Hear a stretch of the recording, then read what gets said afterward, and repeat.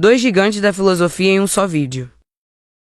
Eu sou responsável pela disciplina de ética na Escola de Comunicações e Artes da USP, e eu disse: a angústia te acompanhará.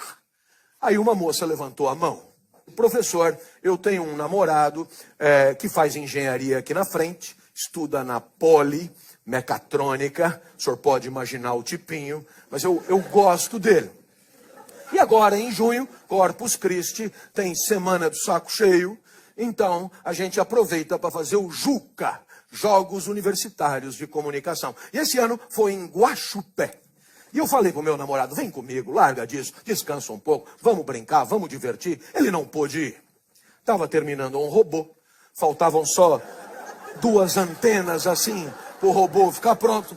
Você sabe que tem robô que sem antena, ele não fica feliz, não é? Então, vá você, não é?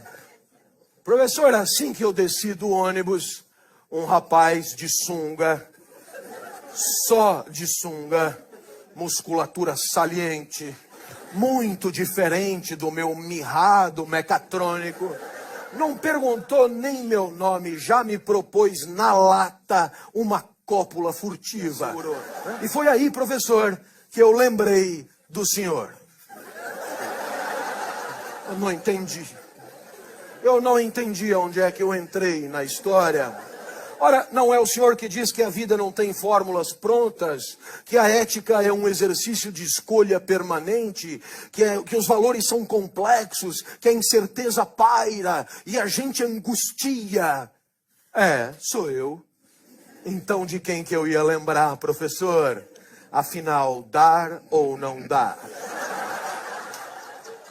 Eu espero que você tenha percebido que, dependendo do valor que você usar para resolver esse dilema, a resposta será uma ou outra. Há um valor extraordinário, que é o prazer. Ninguém pode abrir mão dele. Mas há, por exemplo, um outro valor, o respeito, quando você considera a alegria e a tristeza do outro na hora de decidir livremente a própria vida.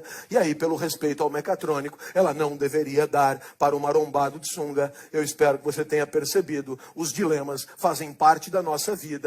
A ética não é uma solução pronta e acabada. Não se trata de um protocolo simplificador da existência. A ética não é autoajuda. A ética não se confunde com 10 lições para ser feliz. A ética não é o politicamente correto. A ética não é um conjunto de respostas prontas. Por quê? Porque se assim fosse, teriam nos escravizado. A ética é emancipadora. Devolve para você a liberdade que é a sua, com tudo que a liberdade tem.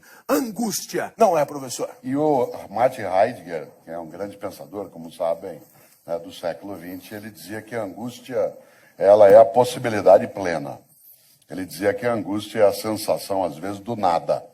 Isto é, quando você sente que você precisa preencher algo que está à tua frente. E é interessante que o Clóvis trouxe à tona vários tipos de situações em que por trás está a ideia de escolha.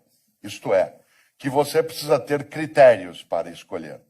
De maneira geral, a ética é o conjunto de valores e princípios que você utiliza para a tua conduta, para as tuas escolhas. Faço, não faço, vou, não vou, abro, não abro, pego, não pego, transo, não transo. Toda esta lógica, ela nos conduz à necessidade de entender a ética como sendo, acima de tudo, fruto dessa mesma liberdade. E, portanto, sendo ela resultante de escolha, não há possibilidade de entender a ética como sendo algo, primeiro, já pronto, como Clóvis lembrou várias vezes, segundo, que seja absolutamente fácil. Não o é. Afinal de contas, quando a gente imagina tanto o exemplo do sigilo quanto da transparência que o Clóvis trouxe à tona, cautela para não cair numa armadilha, que é imaginar, então, que a regra vale tudo.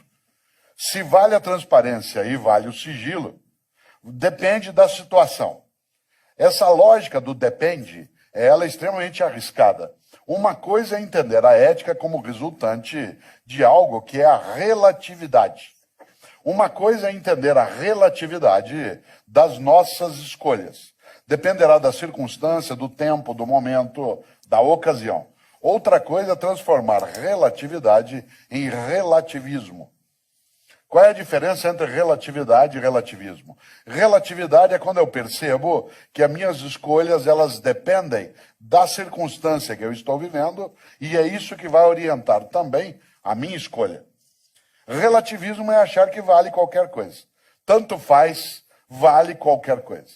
Vou dar um exemplo que é absolutamente direto, né, nessa percepção, quando a gente imagina, por exemplo, um código de conduta, como os 10 mandamentos de origem hebraica que depois, tanto cristãos como islâmicos, acabaram tendo como referência.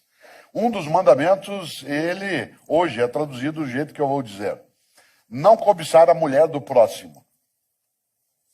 Se você pegar esse mandamento no original, em hebraico, ele vai estar escrito do jeito que eu vou dizer agora. Uma coisa é como ele está, não cobiçar a mulher do próximo. Em hebraico, no original, quando ele foi produzido, o mandamento diz: não cobiçar o boi, a terra e a mulher do próximo. Porque o mandamento se refere à propriedade e não à fidelidade. Afinal de contas, ele inseria tanto a mulher, quanto o boi, quanto a terra, como parte de uma propriedade. Não é estranho que assim fosse, afinal, algumas pessoas assim entendem até hoje. E desse ponto de vista, se eu só vou compreender esse mandamento do modo como ele está colocado, se eu conseguir relacioná-lo, aí vem sua relatividade, ao tempo em que ele foi produzido. Ele é uma obra do século XIII a.C., numa sociedade semítica dentro de um mundo oriental. Desse ponto de vista, em relação àquele tempo, faz sentido escrever daquele modo. Quando eu atualizo, isto é, trago para agora, seria estranho um mandamento com essa expressão. Não cobiçar a mulher do próximo. Afinal de contas, até algumas décadas, a lógica seria essa. Hoje, eu teria que atualizá-lo e, sem ser desrespeitoso, as várias religiões que o têm como um dos seus mandamentos, a atualização hoje exigiria que eu escrevesse em 4 partes, e não mais em uma. Isto é, não cobiçar a mulher do próximo, vírgula, não cobiçar a mulher do próximo ou da próxima, vírgula, não cobiçar o homem da próxima, vírgula, não cobiçar o homem do próximo, ponto. Insisto, sem ser desrespeitoso em quem tem nos mandamentos uma referência, a ideia de uma convivência hoje exige que esse mandamento ganhe atualidade.